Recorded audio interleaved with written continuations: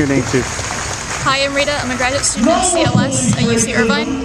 When I first got here, I was told that classes would be no larger than 100 students for undergrad.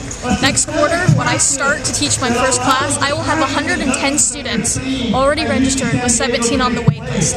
This means that I can't do the types of assignments that I want to do. This means that my TA doesn't have time to grade the assignments that I want to do, which means I'm no longer teaching critical thinking skills, I'm no longer teaching writing skills, and I'm no longer teaching skills analysis. I'm teaching my students to memorize and regurgitate. And what that basically means is that we're going to have a future generation who can't go into the workforce, who have no idea how to write a report, who won't be able to look at the data and do what their bosses want them to do.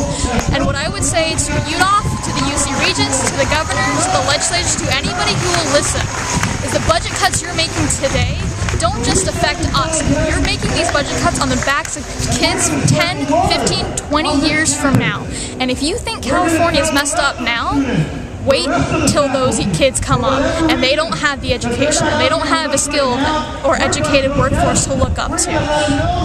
And if you think our poverty system is bad now, wait 20 years and see where we are.